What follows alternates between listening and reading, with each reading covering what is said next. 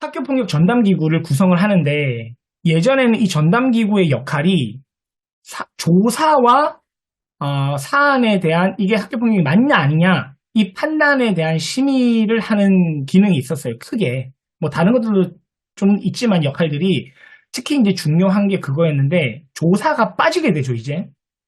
그래서 전담기구 역할은 사안 조사가 끝난 사안을 가지고 사실 여부 확인과 이게 폭력이 맞느냐, 학교장 자체 종결을 해도 되느냐, 이 역할을 하게 됩니다. 그래서 이렇게 좀 말씀을 드리고, 제가 아까 이제 뒤에 정리해서 말씀드린다 그랬는데, 예전에는 이 전담기구 구성도 좀 복잡했어요. 막, 학원이 심의를 뭐 몇 번 받고 이랬어야 되는데, 바뀌었습니다, 이제. 예, 바뀐 것만 요약해서 말씀드릴게요. 첫 번째는, 전담기구 인원이 5명 이상이면 되는데, 뭐, 11명까지 갈 이유는 없겠죠. 모으기도 힘드니까. 근데, 학부모위원이 3분의 1 이상이 돼야 된다는 거예요. 학부모위원이 3분의 1 이상. 네, 이상이기 때문에 6명일 때 2명 되겠죠. 근데 제가 왜 빨간색으로 여기에 표기를 했느냐. 학부모위원님을 3분 이상 모시고 하면 좀 힘들잖아요. 그렇죠? 그래서 5, 6명으로 그냥 꾸리시고 학부모위원 2분을 위촉하시는 게 가장 좋더라. 저의 경우에는 그랬습니다. 그리고 이 말씀 많이 물어보세요. 학교폭력 전담기구를 외부위원, 경찰, 변호사 해도 되느냐? 안 됩니다. 예전에는 됐었어요. 근데 안 돼요. 내부 구성원만으로 해야 됩니다, 지금은. 네, 내부 구성원만으로 해야 하고, 어떻게 그럼 학부모위원을 하느냐? 네, 지금 바뀐 기준으로 딱 말씀드리면, 학운위에서 추천을 받아요. 그러니까 학운위 안건이 뭐냐면 예전에는 학교장님하고 뭐 이렇게 해서 후보를 올려가지고 학운위에서 결정을 하고 뭐 이런 때도 있었거든요. 근데 지금 그거 아니고 학운위 안건으로 2월 안건이면 제일 좋고요. 늦어도 3월 안건으로 학운위에 이 학교폭력 전담기구 학부모위원 추천의 건으로 해서 올리시고 네, 추천을 거기에서 받습니다. 누구 추천합니다. 누구 추천 이걸 받아가지고 그러면 끝이에요. 그냥 이분 추천하시는군요. 이분 추천하시는군요. 정리해 와가지고 학교장님이 위촉하시면 끝이에요. 그냥. 이 후보들 중에서 학교장님과 생활부장님이 이분 협조 잘해주실 것 같고 열심히 하실 것 같고 좋네 이렇게 해서 하면 끝나는 거예요. 네, 그래서 이렇게 바뀌었다는 거. 이제는 이제 들어가서 거기에서 이제 결정을 했는데 이제는 추천만 받고 결정은 그냥 학교장님이 바로 위촉하시는 형태가 됩니다. 간단하게 됐죠. 그리고 이렇게 많이 물어보시더라고요. 학부모 구성원을 외부에 말하고 알려도 되느냐 전담기구를. 어떨까요, 부장님들? 알리지 않는 게 좋겠죠. 왜냐하면 이 건과 포함이 되면 뭐 거기 들어가가지고 무슨 일이 뭐 이렇게 할 수 있잖아요. 그런데 공식적으로는 사실은 알리는 게 전혀 문제가 되진 않습니다. 네, 전담기구에 이분이 전담기구 구성, 학부모에 이런 거 똑같아요, 사실. 그래서 알리는 것 자체는 문제가 되지 않으나 굳이 네, 저는 알리지는 않았던 것 같아요. 자, 그 다음 이거예요, 부장님들. 오른쪽 2개는 진짜 특별한 사안이 있을 때 보시면 되니까 내버려 두시고 왼쪽 2개 있죠. 이게 지금 아직 2024가 안 나온 거예요. 나올 수가 없어요. 왜냐하면 전담조사관 아직 그게 결정이 안 났기 때문에 나올 수가 없는 거예요. 근데 어쨌든 알쓸 소중과 가이드북 있거든요. 이거 2개를 아까 말씀드린 허리에 계속 끼고 계시면 됩니다. 여기에 내부 결제 받는 뭐 양식, 형태, 용어, 단어 다 있어요. 그러니까 이 2개만 보고 하시면 되는데 우선순위를 굳이 두자면 저는 알쓸소중을 가장 사랑합니다. 저는 사랑하는 책이에요. 그래서 이걸 이제 먼저 보시고 진짜 법과 규정까지 내가 다 봐야겠다라고 하면 가이드북을 보시면 돼요. 규정을 내가 다 알고 외워야 되나? 그러지 않으셔도 되죠. 네. 연수를 하실 거라면 뭐 조금 공부를 하시는 게 필요하겠지만 그게 아니라도 그때 들어가서 찾아보시면 되겠다. 네, 이거고요. 자, 그 다음에 이겁니다. 학교폭력이 감지인지된 경우에 학교장에 보고하여야 하며 학교장은 지체 없이 전담기구 또는 소속 교원으로 하여금 사실 여부를 확인하도록 해야 한다. 이렇게 이야기를 했는데 전담 조사관이 지금 아직 제도 정비가 안 돼서 어느 정도일지는 모르겠으나 사실 여부 확인은 아마 그대로 할 확률이 높습니다. 근데 초등에서 이 사실 여부 확인을 누가 하겠어요? 보통 담임 선생님이 해요. 근데 예전에는 이게 전담기구의 역할이니까 담임은 안 하고 전담기구 알아서 해 이런 분이 아주 가끔 간혹 있으셨던 거죠. 그래서 이걸 법령에다가 넣어놨어요. 담임교사를 포함해서 반드시 해야 함이라고 의무화해 놓은 건데 사실 여부 확인과 조사가 다른 점을 제가 말씀드릴게요. 그냥 이거 하나 알아두세요. 전담 조사관이 조사를 할 거예요. 그쵸? 자, 그러면 A하고 B라는 아이가 있는데 이 두 아이가 가피에로 와가지고 확인을 해요. 사실을 확인을 하면 이 A라는 아이와 B라는 아이가 같은 의견을 이야기할 확률이 몇 프로일까요? 해보시면 아시겠지만 0%에 수렴합니다. 그렇죠? 둘이 말이 완전히 달라요. 네, 그런 경우에 이제 교사는 본능적으로 아니면 경험에 의해서 아니면 그동안의 행동을 통해서 알죠. B 요놈이 거짓말이다. 알죠. 야, B 똑바로 얘기 안 해? 야, A가 이렇게 얘기하고 다른 애들도 다 A 말이 맞다는데 너 얘기 안 해? 이렇게 하시면 안 돼요. 그거는 어디에서 하는 거냐면 경찰이 하는 거잖아요. 그쵸? 경찰이 하는 게 부장님들 사안 조사예요. 조사. 그걸 여태까지는 생활부장님이 하셨단 말이죠. 근데 이 사안 조사를 이제 전담 조사관이 해줘요. 그러면 담임 선생님들이 근데 이거를 너무 이렇게 책임감이 불타셔가지고 제가 방금 말씀드린 대로 하시는 경우가 있는데 이렇게 하셨다가 낭패를 보시는 분들이 많아요. 생각보다. 담임 선생님이 압박했다거나 담임 선생님 우리 애를 몰아붙였다거나 뭐 이런 이야기를 괜히 그러실 필요가 없어요. 그러니까 뭐냐면 담임 선생님 하셔야 되는 거는 사실 여부 확인이다. 사실 여부 확인은 뭐냐면 방금 A와 B가 말이 다르잖아요. A는 A라고 말하더라. B는 B라고 말하더라. 주위 애들은 A 말이 맞다더라. 이게 사실 여부 확인이에요. 그냥 끝. 이렇게 하고 이 자료를 조사관한테 넘겨주시면 끝난 거예요. 담임 선생님 하실 일은. 끝입니다. 이게. 그러니까 이걸 담임 선생님께 좀 명확하게 안내를 해주십사 그렇게 부탁을 드리고요. 부장님들이 천천히 네, 1년 내내 없으시기를 바랍니다만 네, 1년 내내 없으시기 바랍니다만 네, 이제 있을 거라서 이 지금 보여드리는 이 표도요 사실은 바뀔 예정이에요. 왜냐면 전담 조사관이랑이 들어왔기 때문에 학교가 해야 될 일에서 사안조사가 빠지겠죠. 그러니까 표가 다시 나올 수밖에 없는 거예요 지금. 근데 올해 표가 아직 안 났기 때문에 제가 지금 보여드리는 거고 어쨌든 근데 전반적으로 이런 절차대로 가는 건 맞습니다. 네, 맞지만 어쨌든 확인만 좀 해주시고 자 이제 학교를 중심으로 이제 사안처를 보면 학교폭력 사안 발생을 인지를 했어요. 그러면 신고 접수를 해야겠죠, 그죠? 명백하게 학교폭력이다. 그럼 당연히 자동으로 신고 접수가 되는 거고 그게 아니다. 막 이 사람이 진짜 접수를 할 의사가 있는 건지 이게 학교폭력이 맞는지 아닌지 되게 막 애매하고 어렵다.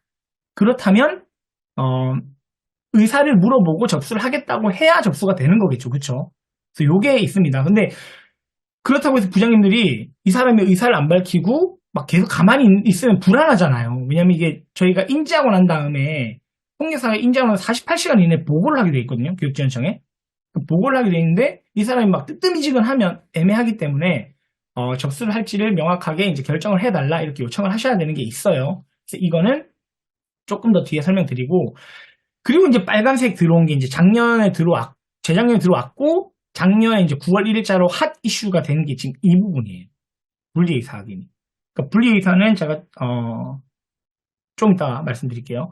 그리고 나서 이제 관련 학생 사안 조사하고 뭐 긴급 조치 같은 걸 했는데 여기에서 지금 관련 학생 사안 조사와 증거 확보가 지금 전담 조사관한테 넘어가는 거고요. 긴급 조치는 여전히 학교장 해야 됩니다. 학교장이 긴급 조치를 해야 되기 때문에 긴급 조치가 오히려 학교 입장에 이제 더 중요해질 수도 있어요. 이걸 제가 부장님께 좀 더 설명을 따로 드리고 보호자 면담도 하지 않습니다. 전담 조사관이 합니다. 그러면 조사가 나온 걸 가지고 이제 전담 기구가 생활부장님을 중심으로 꾸려지거든요. 이걸 심의를 하셔야 되는 거예요. 그리고 얘가 학교장 자체 종결이 되는지 안 되는지 아니면 심의위원회로 보내버려야 되는 사안인지 이렇게 확인을 하시면 된다는 거죠. 네. 그래서 신고 접수 대상이 이렇게 생겼고요. 뭐 이거 작성하시는 건 다들 저보다 더 잘하실 테니까. 네, 사안 조사를 어떻게 하면 되느냐? 이건 제가 가서 전남 조사관님들께 최선을 다해서 연수를 할게요. 우리 부장님들 편하시게. 네, 어쨌든 그렇고 그 다음에 네, 이 비밀 누설 금지 의무가 있는데 부장님들 이것도 좀 기억을 해주세요. 비밀 누설 금지 의무가 제가 가장 사실은 사랑하는 의무예요. 이게 좀 말이 이상하죠. 무슨 의무를 사랑해? 이렇게 생각하실 수 있는데 학교 폭력과 관련된 가피에 관련 보호자들이 학교를 얼마나 괴롭히겠어요. 그쵸? 그러면서 뭐라고 얘기를 하냐면 선생님, 그쪽에서는 뭐래요? 선생님, 지금 어디까지 진행되고 있어요? 선생님, 뭐 너무 답답하고 이러니까 뭐 빨리 알려주세요. 이런 요구나 전화들이 끊고 나면 돌아서면 또 오고 끊고 나면 돌아서면 또 오고 이렇단 말이죠. 이때 우리 생활부장님들이 가장 강력하게 담임 선생님께 알려드리고 생활부장님도 사용하실 수 있는 게 비밀입니다. 라고 말하셔도 돼요. 무슨 소리예요? 이렇게 답답하고 했는데 이거 어떻게 비밀이라는 거예요? 이게 신고자 고발자에 대한 비밀 누설 금지 의무가 저희한테 법적으로 있어요. 라고 말씀하시고 정리를 빨리 해버리셔야 돼요. 그런 얘기를 더 이상 안 물어보게. 법률 제21조 1항 이렇게 있습니다. 그래서 이걸 가지고 전화를 진짜 막 수시로 하고 막 괴롭히고 이럴 때 조사할 거는 이제 조사는 이제 안 하셔도 되니까 다 끝났고 더 이상 드릴 말씀도 없다. 이건 이제 명확하게 하셔야 돼요. 네, 명확하게 해서 비밀 누설을 안 하신다. 이렇게 보시면 되고요. 다만 이제 가피의 관련이 전화가 와가지고 알 수 있는 정보가 있어요. 알 수 있는 정보는 뭐냐면 우리 측에서 그 전에 뭐라고 얘기했는지에 대해서는 알 수 있어요. 그러니까 예를 들어서 보호자가 있는데 우리 아이가 전남조 상황 조사를 하거나 학교에서 무슨 말을 했는지가 궁금할 수 있잖아요, 보호자가. 우리 아이가 무슨 이야기를 했는지는 비밀 누설에 해당되지 않아요. 그건 알아야 될 권리이기 때문에 그것만 알 수 있고요, 우리 측만. 나머지는 모두 다 비밀 누설 하면 안 되는데 들어갑니다. 그래서 부장님들께서 이걸 조금 잘 포함을 해주시면 되고요. 네, 강보영 부장님 말씀하신 게 전담조사관님들 사안조사 100% 해주시는지 저도 궁금한데요. 100% 하려고 노력 중이라고 해야 될까요? 네. 사실 교육부에서 회의가 있고 그랬었는데 제가 방학 중에 못 갔어요. 네, 제 외국 가는 게 더 바빴거든요. 그래서 외국 갔다 오느라 못 갔는데 뒤에 지금 결과를 제가 계속 공유해서 듣고 있는데 이 조사관님들의 역할과 어떤 범위, 학교와의 어떤 협조 이걸 어디까지 할 것인가를 지금 계속 세부적으로 조율하고 있는 단계예요. 막바지 단계인데 가급적이면 당연히 이분들은 사안 조사를 위해서 있는 분들이니까 하셔야죠. 그런데 아까 말씀드린 것처럼 사실 확인은 담임 선생님이 현장에 있었고 이럴 확률이 대단히 높기 때문에 이런 것들에 대해서는 이제 사실 확인을 요청하실 수는 있겠다. 이런 이야기를 드리는 겁니다. 그리고 여기에 적용되는 법률은 학교폭력 예방 및 대책에 관한 법률이 있습니다. 따로. 네, 그냥 학폭법 이렇게 네이버에만 치셔도 법률이 나옵니다. 확인하시면 될 것 같고요. 김종 부장님. 1인 1교 변호사. 네, 지금 이것도 말 엄청 많은데요. 이 부분은 김성 부장님 조금 천천히 가는 게 좋을 것 같아요. 이제 와가지고 지금 교무부장님들 단톡방이 난리가 났죠. 난리가 났고 이거 어떻게 하는 거냐 봉급을 주고 심지어 이제 돈을 고정적으로 주면서 활용을 하는 거거든요.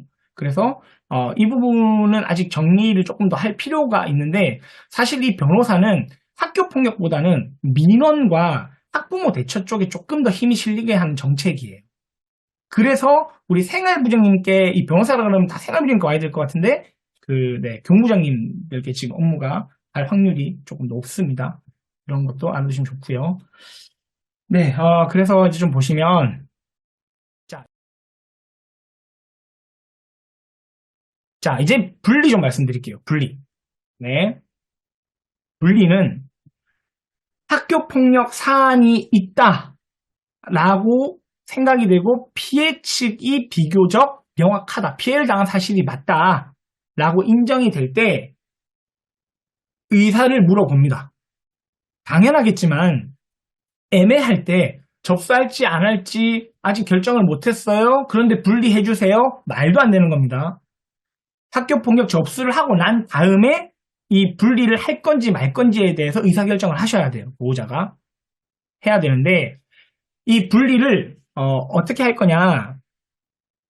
그러니까 원래 이제 작년에는 원래 처음 이게 나왔을 때, 부장님들만 이제 빨리 설명을 드리면, 3일이었습니다. 3일. 해당 사건이 발생하고 요청한 날 포함해서 3일이었거든요. 근데 이게 무슨 문제가 생겼냐면, 3일이 금요일 5교시에 이런 사건이 생겨가지고 분리 요청을 했어요. 그러면 금요일 5교시에 6교시 끝나면 애들 집에 가잖아요. 금, 토, 일 분리되고 월요일 다시 같이 있는 거예요. 네, 이렇게 됐습니다. 그러니까 주말 포함이거든요. 이건 휴일 포함이에요.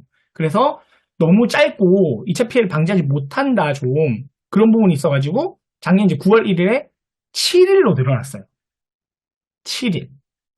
네, 그래서 7일로 늘어나서 7일을 이제 요청할 수 있는 거죠. 네, 7일을 요청할 수 있고 최대 7일이라는 겁니다. 주말 포함해서. 최대 7일이고요. 당일 포함, 주말 포함 7일이라는 거고 다만 7일이 되면 이제 중고등학교는 사실은 이게 필요한 게 맞아요. 이 법이 같이 가는 거다 보니까 왜냐하면 중고등학교에서 발생한 학교폭력의 정도가 되게 심한 경우가 많아요. 네, 근데 초등학교에서 만약에 아닌 경우가 있는데 분리를 해달라라고 요청을 하잖아요. 그러면 이게 진짜 분리까지 해야 되는 일이야? 막 이런 것도 사실 되게 많거든요. 네. 근데 7일 애가 학교에 못 나오게 되거나 다른 별도의 장소에 가가지고 수업을 받아야 되는 거잖아요, 지금. 근데 이거 너무 큰 거 아니야? 왜냐면 피해자가 요청하면, 네, 가급적이면 이제 주로주로 많이 하는 거죠. 그런데 부모님들이 아셔야 되는 건 7일로 기간이 늘어나면서 기간을 7일 이내로 할 수 있어요. 예전에는 3일이었기 때문에 웬만하면 3일 다 해줬거든요. 지금은 7일이니까 7일 다 해줘야 돼. 이건 아니라는 거예요. 학교장님이나 생활부장님, 그러니까 전담기구가 판단해서 3일이면 3일이다, 4일이면 4일이다, 5일이면 5일이다, 7일이면 7일이다, 이런 것들을 판단해가지고, 통보를 하셔도 문제될 건 없습니다. 그건 권한이에요. 그래서 반드시 다 들어주시지 않아도 되고, 이런 것에 대해서 안내는 하되, 얼마를 분리해달라, 분리하겠느냐, 이렇게 해도 분리 방법이나, 분리 일자, 이런 것들은 우리, 전담기구를 포함해서 교장님이 정하시는 거다. 이렇게, 네, 하고요. 네. 그 변호사를요, 생활부정부 주셨다고요? 다시 돌려주심이, 네. 분리 가능 안내는 무조건입니다, 이거는. 부장님. 무조건이에요. 네, 무조건 해야 하는 겁니다. 피해가 확인되면 무조건입니다. 그래서 이런 게 있어요. 이제 희망한다. 그렇게 되면 이렇게 분리를 하는 거고요. 자, 그 다음에 이제 우리 부장님들이 대단히 제가 그동안은 이제 학교에서 연수할 때는 설명 안 드렸는데, 우리 부장님들께 이거 꼭 설명드려야 돼. 이거 이제 바뀐 거예요. 이거 바뀐 거, 이번에.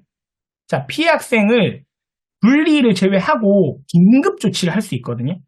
예, 긴급 조치를 할 수 있는데, 이때는, 피해 학생 같은 경우에는요, 피해 측에서 요청을 할 때 이것 중에서 선택해서 하실 수 있다는 거예요. 전담기구 회의나 아니면 교장님이 판단해서, 기관장이 판단해서 이걸 할 수 있는 건데 1호, 2호, 3호, 6호 원래 3호가 없었어요. 일시적으로 보호되든지 심리상담 조언 받든지 아니면 그 외에 그 밖에 필요한 조치에서 사실 3호가 뭐 일정 부분 좀 이루어지고 있었는데 명확하게 요양이라고 해서 뭐 어디 가서 쉴 수 있고 출결을 출석 안 해도 돼 이런 것들이 공식적으로 생긴 거예요 지금. 그래서 피해 학생이 진짜 맞고 이 긴급 조치가 필요하다라는 보호 요청이 있을 때 이제 학교장에서 판단하시겠지만 가급적이면 이제 학교 입장에 그렇죠. 아니 그러니까 정말 피해를 당해가지고 너무 힘들다고 하는데 그죠? 굳이 이걸 안 들어줄 이유는 별로 없겠죠. 없기는. 예. 그래서 이거는 이제 모든 것들이 다시 말씀드린 접수가 되고 나서요. 이 필요성이 인정되고 가피해가 명확할 때 지금 말씀을 드리는 거예요. 계속. 그 다음에 이제 두 번째 이거 이제 또 엄청 중요해졌습니다. 네. 이거는 이제 우리 부장들도 네, 좀 아시고 네, 체크하셔도 될 것 같아요. 자, 예전에는 이것도 치료가 없었어요. 치료가 없었어요. 치료가. 그래서 치료가 없었는데 이제 치료가 생겼고요. 그리고 예전에는 2호가 의무가 아니었어요. 근데 이제는 2호가 의무입니다. 일단 접촉, 협박 무조건 안 되는 거예요. 이거 의무예요. 이거는.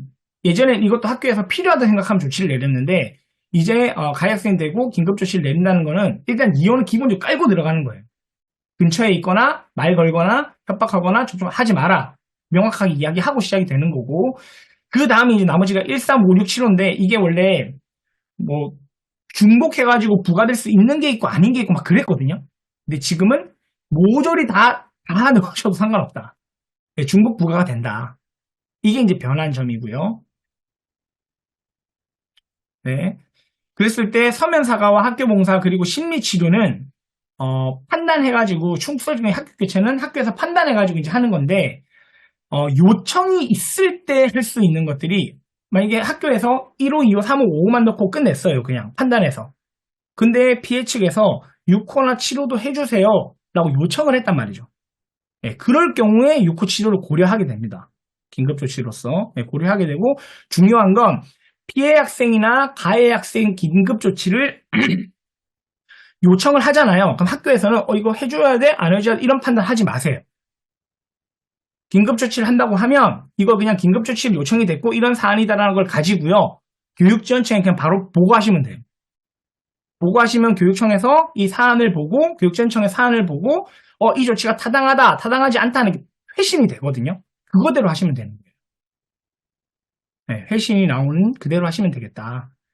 그러니까 그 보호자가 요청을 했어요. 7호. 근데 아무리 봐도 7호는 아닌 것 같은데 이거 안 되는데 이러면 괜히 학교가 또 시끄러워지잖아요. 그래서 7호를 해가지고 올리는 거예요. 근데 교육지원청에서 이건 7호까지 아니다 하지 마. 그럼 그냥 그렇게 통보 안 하시면 되는 거예요. 그래서 이렇게 좀 정리를 하시면 될 것 같습니다. 긴급조치는요.